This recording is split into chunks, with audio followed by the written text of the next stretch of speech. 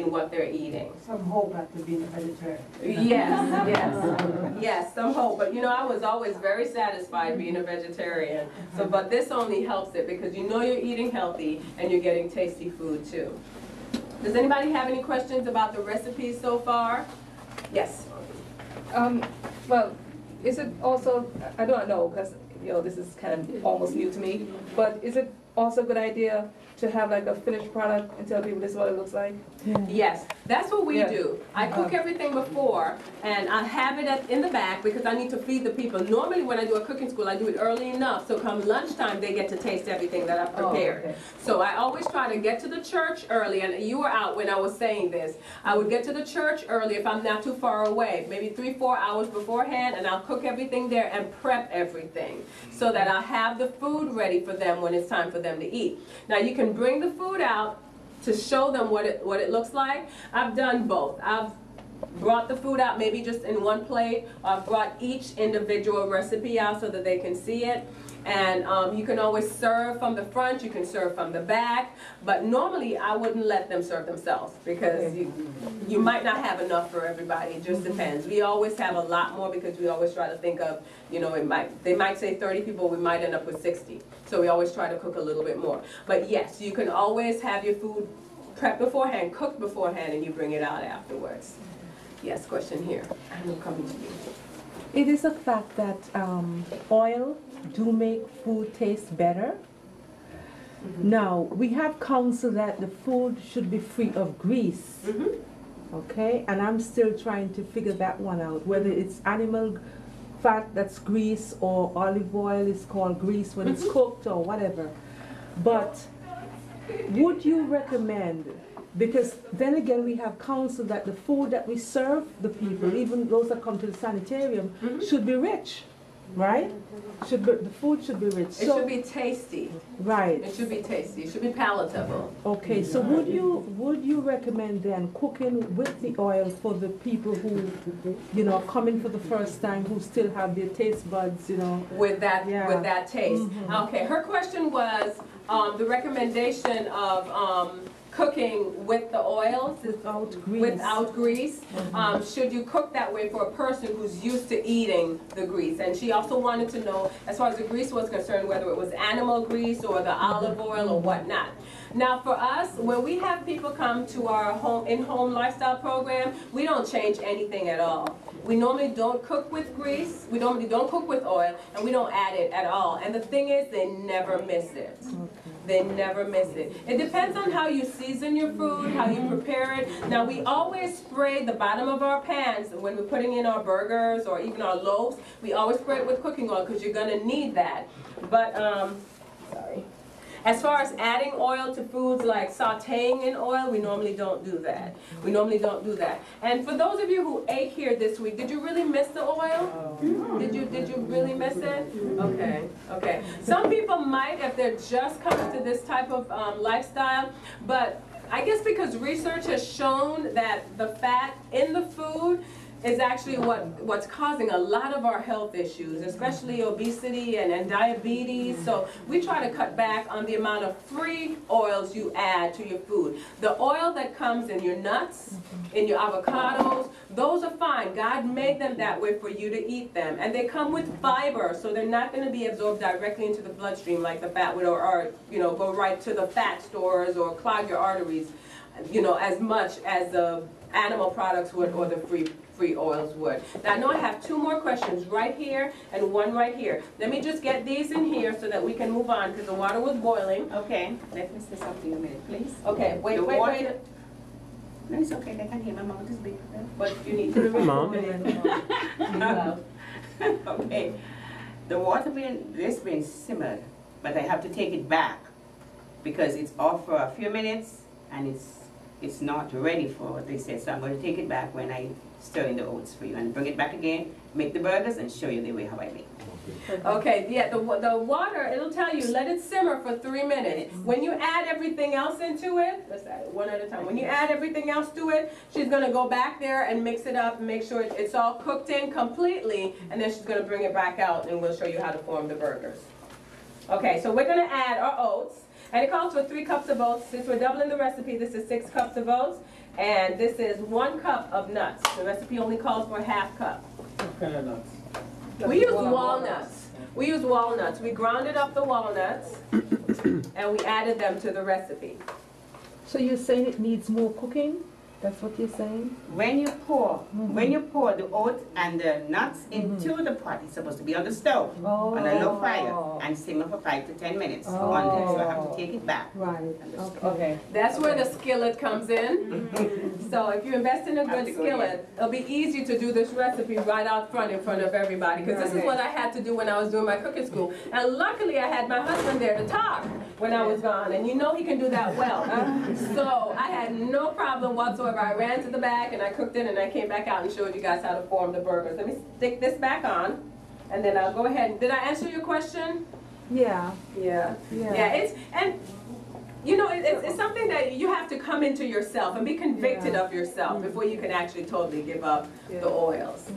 It didn't take me very long to do that. I think for me, just being able to have food that tastes really good and not having to add the oil, that helped a lot. And this cookbook helped a great deal, the 7 Secrets cookbook, because it doesn't have any free oils in it whatsoever. Right here? The first recipe, the loaf that we're doing with the carrots and stuff, I am trying with wheat, so would I replace that with what? The whole wheat bread? Yeah. Okay, the question was on the first recipe, the carrot yam loaf. She was saying that she has a wheat intolerance, so she wanted to know if she could replace it with something else. Yes, you can. There are breads now out that are gluten-free, and gluten is probably what you're allergic to more so than wheat. But what I use, and I do have an intolerance to wheat, I use spelt bread. I don't know if you've tried that one. S-P-E-L-T. It's a grain. It's similar to wheat. It does have some gluten, but not as much as wheat. Wheat has probably the highest gluten. Wheat, rye, and barley is what you should definitely stay away from, because even oats has some gluten in it. So spelt has some, but it's not as high as wheat, and I don't get the reaction that I would to wheat. So if you replace it with a spelt bread, and you might be able to find that, I'm not sure if Trader Joe's has it. I'm sure they do. What Yeah. about sprouted I've never bread? seen that trick. Sprouted Yes. bread, Ezekiel, Sprouted bread would also be good. In fact, that's what I use in the, there's another recipe I used it in when I was here, when I came the other day, we were cooking the other day. But yes, the sprouted bread is also good. I've even used Ezekiel bread, which is a sprouted bread. I've used that in recipes also. So yes, you can replace the whole wheat bread with another type of bread. Okay, we have one more question over here. Actually, it was just a comment, when we were talking before about the oils. Over the weekend, I cooked for Sarah and Dr. Parks and her husband, and I asked your mom how I should prepare it.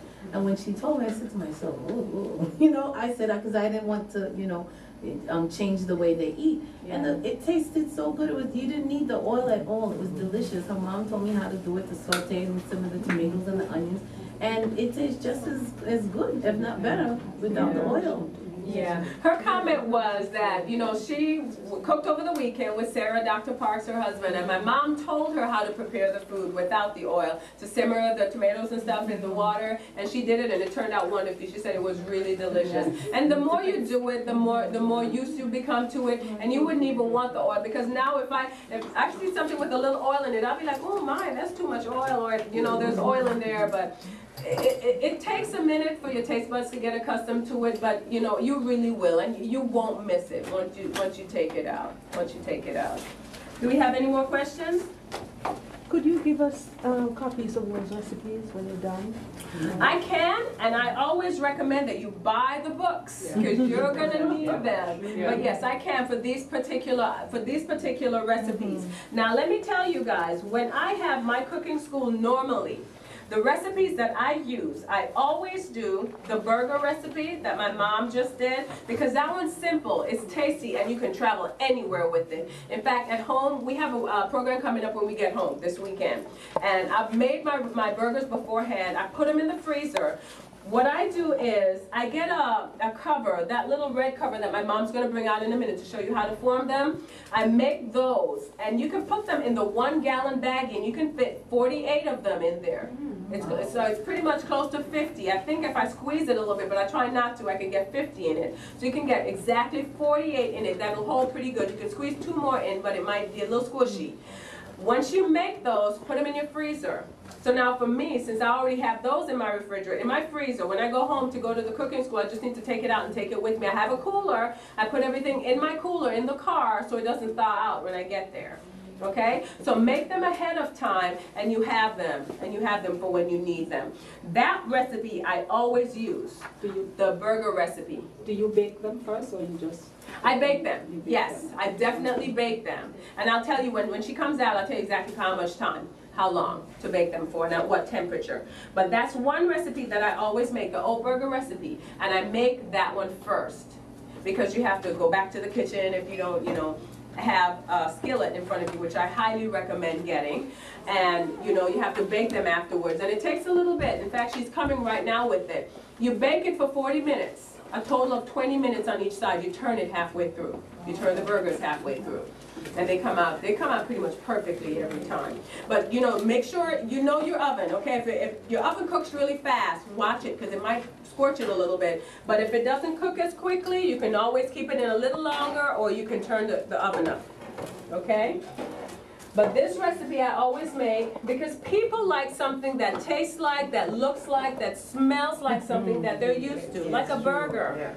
And my husband, what he will tell you is, and I don't have the picture here, but I do have the picture on this one. Let me get these out of your way.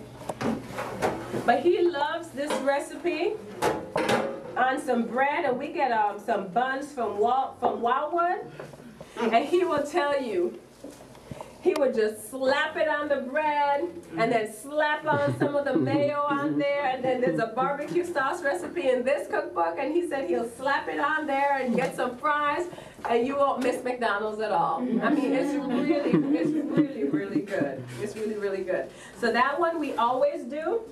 The next recipe that we always do, and then I'll let my mom continue, is in this cookbook, Tasty Vegan Delights. It's on page 95. Actually, it's on page 44. It's a macaroni and cheese recipe. But when you go to page 44, it's going to send you over to page 95 for the cheese sauce. So the mac and cheese recipe we always do, because whenever we go to cooking schools, a lot of people, like most of you, have kids.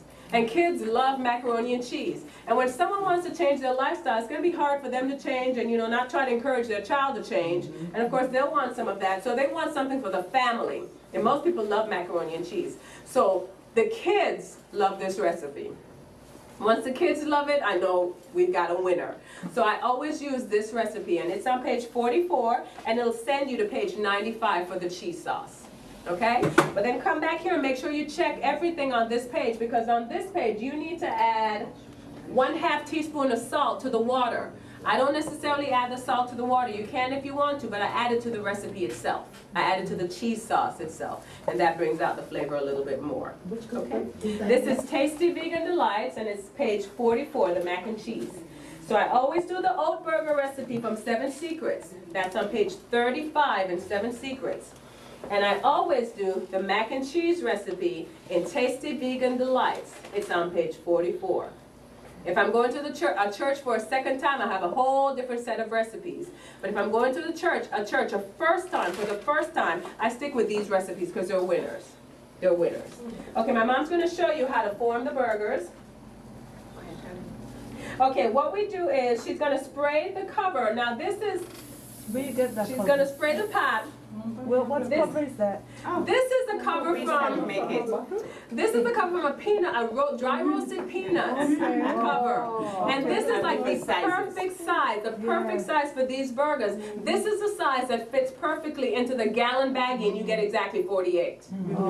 This is the size that fits exactly into it. Now I know we had some peanut butter the other day, and the peanut butter cover I think is pretty similar to this. So if you can find a good, and if you go to Trader Joe's, you'll probably find one that's about this size. But if I'm at home, I'll use this size burger for something like a breakfast burger, not for a lunch. I want something bigger. But I use this size for something like a breakfast burger. But we got it from Super Walmart. And you guys don't have that here, but it's dry roasted peanuts. We have quite a few of those at home. But she sprays the pan that she's going to put the burgers on, and she's going to spray the cover just a little bit so we can get the burger out. She's going to scoop some of the burger out. You can use a spatula. We didn't have one handy, so she's improvising. You have to be adaptable. And she's gonna spread the burger